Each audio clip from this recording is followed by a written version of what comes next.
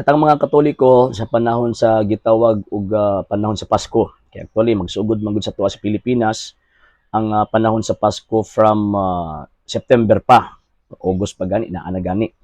August to gitawag og September sa tibuok kalibutan ang Pilipinas lamang ang naa siya gitawag og long celebration, na siya pre-celebration, post-celebration mahitungod sa gitawag og Pasko. So kita man ang kung sa kuan pa ba grabe ka devoted kung baga sa ato ang gitawag og pagtuo nya. Naandan pud nato na atay mga Christmas parties, na atay tawag ini mga exchanging of gifts. So asa man nato nagikuha kanang moong gitawag og mga tradisyon na. Actually, ang ato ang basis ana is number one, biblical. Ngano man tungod kay ang pinakaunang ni offer man gud, ang pinakaunang ni offer og gift sa tao mao ang Dios. Ngano man kinakit-an man sa Dios nga ang tao gitawag og nailalom or naulipon sa gitawag og kasalanan. Ug tungod ni ana, tungod sa pagkaulipon sa tao ni anang maong kasalanan, kinahanglan kining luwason. Ngano man kay wala may grasya ang tao. So mo na ang Dios mi offer siya og tawag ining gift og kana nga gift, kana nga gasa grasya nga gitawag og makasantos aron ang kalag sa tao mahiuli ngadto sa iyang relasyon. Ug wala na siya impediment kung baga, wala na siya babag nga makasulod ang makig-uban siya ngadto sa ato ang labang makagagahom. So mao na ang pinakaunang mihatag og gift mao ang ato ang Ginoo. Bumatong ato ang basahon ang balaang kasulatan, St. John chapter 3 verse 16, for God so loved the world that He gave us His only begotten Son, that whosoever believe in Him shall not perish but have eternal life. Tungod sa gugma sa Dios sa kalibutan, iyang gipadala ang iyang bugtong anak aron si bisan kinsa nga motuo makabaton og kinabuhing walay katapusan.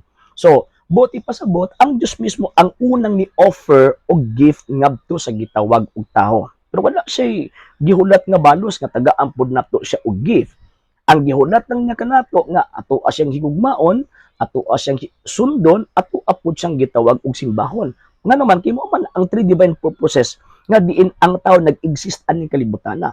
So ang pag-offer og gift, ang pag-offer og grasya, ang paghatag og grasya sa Dios dinhi ka gitawag og kanato, paghatag kana og pahimangno, makita pud usab ato ang buhaton, ang ato ang purpose aning kalibutana. Ngano man kay sige tagdawat aning ato ang kinabuhi, sige tagdawat ni anang moong grasya pero wala ganita mibalik or kung sa kwan pa kung nahulog siya nga konsuelo ba. Ato ang konsuelo ngadto sa Dios nga mihatag mitahan siyang kinabuhi, mitahan sa iyang gasa dinhi nato aron kita mabuhi sa iyang gitawag og atubangan. In what way? Katong sundo nato tong three divine purposes.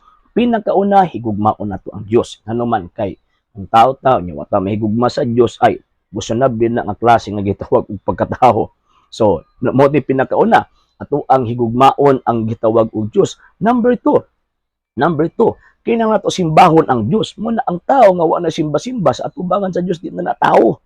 Ngano man kay wa niya gibuhat ang rason ngano nag-exist siya niining maong gitawag og kinabuhia. Number three, sundo nato ang Dios. Kana nga butang is dali ra kay naton isulti pero lisod nang gitawag og buhaton ngano man kay ang tao tungod sa sala na atay gitawag og mga weaknesses mo nang butangan nato og word nga paningkamot ngano man kay every now and then nga madagma ta na atay kahigayon nang mutindog og mosunod sa iyang gitawag og kabubuton. Muna mga higalag mga igsoon ato ang tawag ining himuon ang ato ang kaugalingon nga atubangan sa Dios ang ngayan sa grasya nga iyang gihatag din nato aron kita mismo ang ngayan usab nga makaambit sa iyang gisaad nato nga mao ang kinabuhing walay katapusan.